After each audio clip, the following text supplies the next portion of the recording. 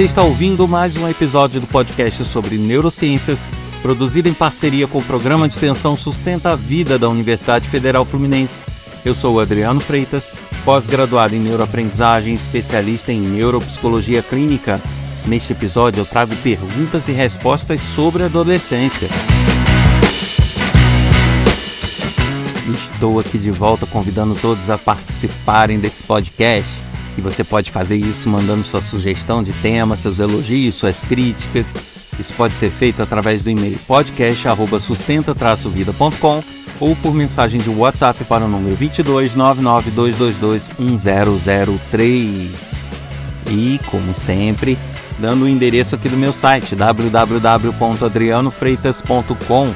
No meu site vocês podem ter acesso a diversas informações profissionais minhas, projetos que eu desenvolvo, trechos de aula, palestras, e também podem ter informações sobre as referências bibliográficas desse episódio, com sugestões de livros que podem ser lidos para quem tiver mais interesse em se aprofundar nesses assuntos que eu falo aqui no episódio.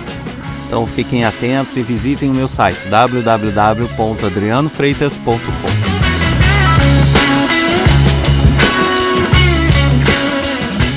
E mais uma vez respondendo perguntas que chegaram, né? A gente ficou um tempinho falando de vários temas sem tocar em perguntas que a gente recebia, esperando que realmente formasse um acervo de perguntas e para que a gente pudesse agrupá-las por assunto e ir respondendo nos episódios. Então, nesse episódio, eu vou responder 4 perguntas que chegaram sobre adolescência. Então, vamos à primeira pergunta. Como um dia agressivo na vida de um adolescente pode afetar ele pela vida inteira? Um dia agressivo na família. Bem, é o tipo da pergunta complicada de ser respondida aqui. Aliás, se vocês repararem, uma boa parte das perguntas são respondidas com depende, né? Justamente por aquilo que eu sempre repito aqui, o ser humano ele não é uma questão matemática que dá para você responder com exatidão certas coisas. E quando a pergunta deixa certas coisas amplas, fica realmente difícil, porque não dá para você dizer de forma genérica, sabe? Primeiro porque cada violência pode ter um conceito diferente em cada pessoa. Então, para mim, violência pode ser alguém espancar alguém fisicamente. Para outra pessoa, violência pode ser até uma questão de agressão verbal. Para outra pessoa, às vezes, nem agressão verbal, o fato de falar mais rispidamente. Então, há variações na percepção do que é agressivo na vida de alguém. Então, fica difícil dizer de que maneira esse adolescente pode captar ou receber esses estímulos agressivos e de que maneira esses estímulos o agridem, né? Por isso que não dá para dar uma informação, como um dia agressivo na vida de um adolescente pode afetar ele para a vida inteira. Depende de que tipo de agressão, de como ele recebe essa agressão, de qual a vivência dele no sentido de lidar com questões agressivas, né? Tem várias variáveis aí. Num primeiro momento, o que a gente pode falar é o seguinte: existem indivíduos que possuem reações mais instintivas, que são aquelas reações de revidar, de lutar, de atacar, de contra-atacar, né? Que muitas vezes não é uma reação de uma violência gratuita da pessoa, mas de autodefesa. Existem aqueles que não, já têm uma reação totalmente diversa, que é aquela reação de se chama de embotamento, né? Emocional, que a pessoa se fecha e a pessoa acaba ficando angustiada, triste, e isso pode levar até um processo depressivo. Há várias tendências possíveis nesse sentido. Mas eu diria que, de uma forma ou de outra, um dia agressivo da vida de um adolescente com certeza vai refletir no resto da vida dele, porque os fatos são encadeados. Por mais que isso não tenha um significado no sentido de que ficou uma pessoa depressiva, se tornou violento, mesmo que esse tipo de coisa não ocorra, aquilo faz parte da história dele, aquilo vai fazer parte do que ele é, aquilo vai fazer parte do aprendizado de vida dele. Então, Dependendo da pessoa, isso vai ser utilizado para que ele, em situações futuras, não passe novamente por aquilo, que ele evite certas decisões, que ele evite certos comportamentos. Para outras pessoas, isso realmente vai afetar a psique dele, no sentido dele se tornar violento ou se tornar depressivo. Em outras pessoas, isso vai servir para canalizar certas coisas dele com um foco diferente do que ele estava tendo, né? Então, algumas pessoas vão se voltar para ajudar os outros que sofrem esse tipo de coisa. E por aí vai. É importante dizer que se fala muito que um dia agressivo na vida do adolescente pode marcar ele para o resto da vida. As pessoas sempre levam isso para o lado de dano. A pessoa vai ser danificada para o resto da vida, ela vai ser uma pessoa depressiva ou violenta, ela vai sofrer com isso, sempre é colocado como um sofrimento, como uma coisa ruim. Mas em algumas situações pode não ser. O efeito na vida futura desse adolescente pode ser maravilhoso e pode ser benéfico. Então, de repente, vou dar um exemplo aqui, um adolescente que estava se enveredando aí para a bebida, para as drogas, para o álcool, e de repente a família dele, que também lida com isso, gera uma situação muito agressiva que o traumatiza, entre aspas. Isso pode ser um empurrão para que ele decida que não vai mais trabalhar dessa forma, que ele não vai mais viver dessa forma. Então, isso seria o tipo da agressividade que vai gerar um bom fruto. Tá? O que a gente precisa entender é que nem sempre as coisas que estão ocorrendo na nossa vida, por mais que imediatamente pareçam ruins, nem sempre elas vão ser ruins. Elas sempre vão fazer parte de um contexto, de um crescimento, de um aprendizado, de uma vivência. E que por mais que a gente sofra com aquilo pode render frutos bons, tá? Então é importante a gente ter essa consciência. Não dá para cravar o que vai acontecer na vida dele, porque como eu falei, depende de muitos fatores. Mas vai depender muito de como ele encara a situação e de como ele se desenvolveu e foi criado. Então, um adolescente que viveu no meio da violência, ele vai tender a ter reações violentas. Um adolescente que já viveu e cresceu num ambiente mais solitário, mais retraído, ele vai tender a ter uma melancolia maior, quem sabe uma depressão. Então, a própria experiência, o preparo, a bagagem desse indivíduo vai dizer muito do que essas situações vão poder gerar na vida dele. Mas é importante dizer que muitos deles vão conseguir mais adiante fazer desse limão uma limonada, seguindo aquele velho ditado. Então é importante a gente também ter essa consciência, tá? Porque a gente sempre trata as pessoas que passam por dificuldades ou que passam por traumas como coitados ou pessoas que vão sofrer o resto da vida. E nem sempre isso é verdade, tá bom? Deixando isso claro aqui. Aí uma outra pergunta que se relaciona um pouco com essa é a seguinte: como a ausência paterna dos 15 aos 16 anos pode mudar o comportamento de uma pessoa? De novo, não pode mudar tudo e pode não mudar nada. Tá? Depende.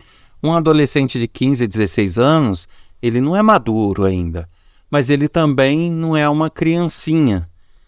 Então, ele certamente já passou ali 14 anos da vida dele com esse pai, né? Para que a pergunta surja dizendo que a ausência paterna é dos 15 aos 16, é porque realmente até os 14 provavelmente ele teve essa presença paterna. Mas isso é relativo, porque você pode ter um pai ali, mas que na verdade não é presente. Ele está de corpo presente, mas será que ele é presente, ele faz parte da vida daquele indivíduo? Será que o desenvolvimento daquele indivíduo se deve àquele pai? Será que aquele indivíduo reconhece naquele pai alguém de suma importância para a vida dele, um amigo, alguma coisa assim? Ou não? Ele cresceu, vivenciou as experiências com o pai, mas de uma forma que o pai esteve sempre distante. Nunca foi presente nos momentos que ele precisava, sabe? Sempre esteve ocupado, nunca disponibilizou tempo para ele. Aí, nesse tipo de situação, como que ele vai ser afetado por essa ausência aos 15 e 16? Provavelmente não será, né? Então, de novo, eu volto àquela mesma resposta da questão anterior. São muitas variáveis e é uma questão muito ampla. Não dá para você cravar todo adolescente que tiver ausência paterna de 15 a 16 anos vai ficar traumatizado, né? É infantilidade minha dizer isso. Não vai, né? Principalmente na adolescência, que a capacidade de se recompor e a capacidade de se modificar é muito grande. Então, mesmo coisas muito traumáticas nessa idade, nessa faixa etária, podem afundar o indivíduo, mas também ele pode tirar de letra. Lógico, às vezes sofre, sim, chora, sim, fica deprimido, sim, mas não quer dizer que isso vai ser eterno, né? É uma fase que vai passar, né? Agora, tudo depende da situação, do indivíduo, das vivências, do que representa esse pai, essa figura paterna para esse indivíduo. Uma outra pergunta é a seguinte: por que adolescente gosta tanto de briga? Ora. Não, eu conheço vários adolescentes que não gostam de briga, que são de paz, e de muita paz, por sinal. Então, de novo, né, gente? Eu estou reunindo aqui perguntas que são de assuntos diferentes, mas que vocês percebem mais ou menos a mesma ideia, né? Que é justamente cada indivíduo é um indivíduo. Adolescentes, eles tendem a ser mais impulsivos, isso sim, tá? O adolescente, ele tem, justamente pelo fato do cérebro ainda não estar maduro, o sistema nervoso dele ainda não ser maduro, recorram lá aos episódios anteriores onde eu falo do amadurecimento, da adolescência, onde eu deixo claro, o nosso encéfalo, né, o nosso cérebro, ele está amadurecido lá para os 33, 34 anos. Então, até lá tem muita caminhada, tem muita jornada. E na adolescência, então, nem se fala. É uma fase de transição bem forte e que, além de tudo, as áreas do cérebro que fazem o freio dos nossos impulsos não estão ainda com muito controle. Então, tanto crianças quanto adolescentes, eles tendem a ser mais impulsivos. Pensou, deu aquela vontade, deu aquele impulso inicial, ele vai. Ele não vai ficar contendo esses impulsos, não. Então, quando se fala que um adolescente gosta de briga, eu não diria que é uma questão geral, porque todo adolescente gosta de briga. Não, né? Tem adolescentes que, pelo contrário, tentam apaziguar, tentam, né, fazer com que as pessoas não briguem. Mas tanto o adolescente que gosta quanto o que não gosta, ambos são impulsivos. Ambos tendem a ter uma resposta mais impulsiva do que ponderada. E por isso essa fama de que adolescente gosta de briga. Na verdade, ele apenas não está contendo os impulsos dele. Significa que aquele adolescente que meteu a mão na cara de outro, ele, na verdade, ele sempre tem essas vontades de reagir com violência, mas em alguns momentos isso escapa ao controle. E aí dá essa impressão de que ele gosta de briga, mas ele simplesmente não está conseguindo se conter.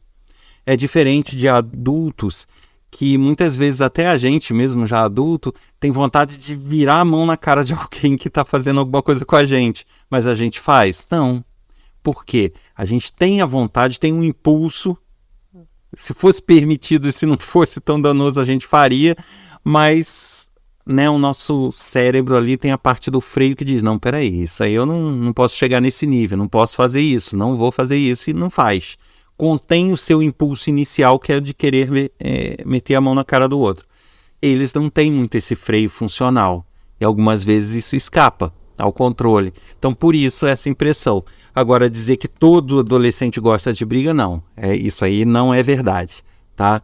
Isso já vai nos remeter às respostas das outras perguntas. Vai depender do indivíduo, vai depender da experiência de vida que ele teve, das vivências. Se ele cresceu num ambiente violento, onde todo mundo tenta impor a vontade no grito, ele vai tender a ter esses mesmos impulsos, espelhar esse ambiente. Agora, se ele cresceu num ambiente de muito diálogo, né, de um ambiente mais apaziguador, isso também vai levar ele a tender a ser mais apaziguador. Agora, não confundam diálogo com antiviolência. Não confundam violência com falta de diálogo ou falta de acolhimento, entre aspas. Por que eu estou dizendo isso? Porque as pessoas têm a ideia de que, não, lá em casa a gente conversa muito com ele, então ele não pode ser violento. Pode. Se a sua conversa, se o seu diálogo não faz sentido para ele, se a sua conversa não está entrando na cabeça dele, entrando no coração dele, ele não está se realizando naquela conversa, não está se entendendo, não está formando um cenário com aquilo, aquela conversa não está fazendo efeito, não vai ser justificativa para ele não ser violento. Tá? Muito pelo contrário, ele pode até ficar mais violento porque você está sendo chata em conversar. Então, isso é muito relativo, tá? Porque eu deixo isso claro porque eu vejo muitos esses discursos, sabe? Não, ele não pode ter feito isso porque lá em casa a gente conversa tanto, lá em casa é tudo na base da conversa. Tá, mas será que de maneira adequada? Será que uma conversa que realmente está fazendo efeito para ele ou não? Tá? Então é importante observar isso daí também. E para finalizar, uma pergunta onde diz o seguinte: estudo no 2º ano do ensino médio e mudei completamente minha mentalidade. Estou mais sério e focado na vida. Estou sendo um dos melhores alunos da escola, mas por conta da minha mentalidade estou me sentindo mal por estar em um lugar tão corrompido. Ora, gente. Aí, né, ele quer saber se isso é normal, não. Mas, cara, o que eu vou poder dizer para você? Claro que está tudo normal e claro que isso ocorreria, tá? Por quê? Principalmente no ambiente escolar atual, né? Principalmente se a gente considerar aí escolas públicas, onde você tem uma diversidade maior de pessoas, é comum você ter grupos e panelinhas e você ter aquelas guerrinhas entre grupos, principalmente na adolescência, e você ter pessoas que têm uma mentalidade de não querer estudar, de não visar o futuro. Por quê? Isso tudo são características do período de adolescência, que eu falei lá atrás, e que hoje em dia, infelizmente, está sendo levada para a fase adulta. Mas o fato é que o adolescente ele tende a ser inconsequente, tende a não olhar o futuro, tende a não pensar nas consequências dos atos dele, tende a ser mais impulsivo. Eu já falei disso tudo em outros episódios. Então, quando você tem toda uma característica diferente do que é a média normal desse período, lógico que você vai se sentir um estranho no ninho, tá?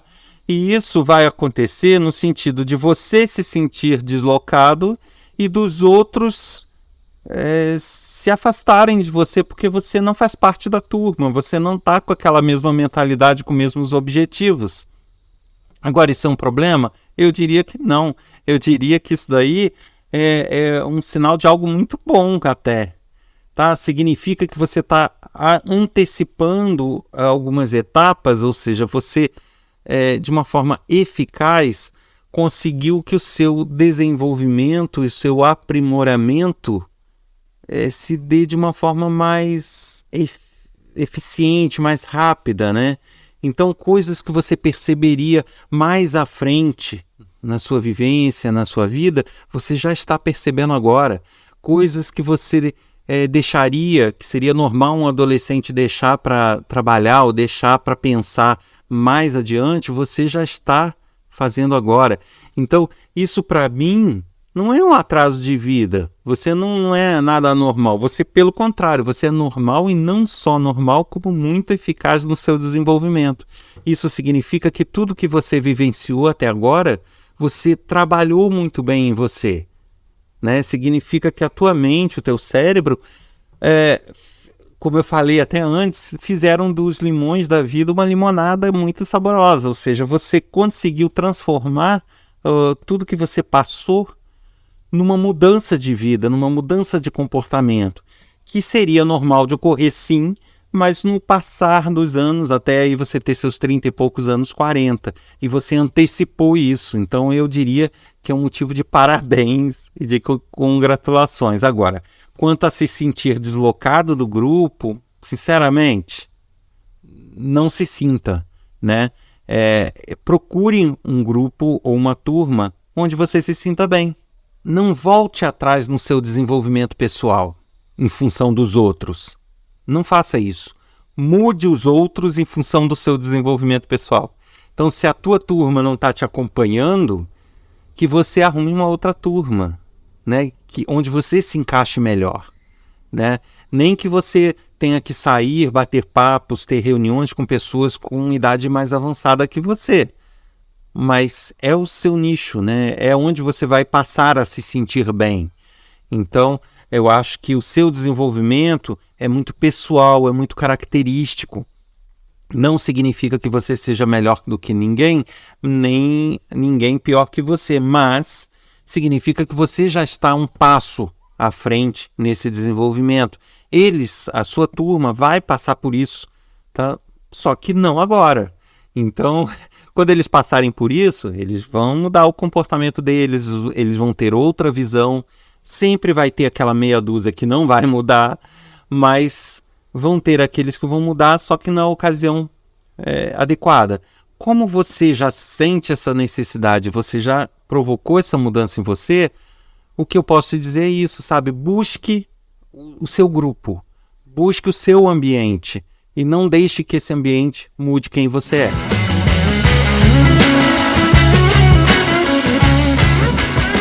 Você ouviu mais um episódio do podcast sobre neurociências, produzido em parceria com o programa de extensão Sustenta a Vida da Universidade Federal Fluminense. Eu sou o Adriano Freitas, pós-graduado em neuroaprendizagem, especialista em neuropsicologia clínica. Envie sua sugestão, sua dúvida, seu elogio, sua crítica.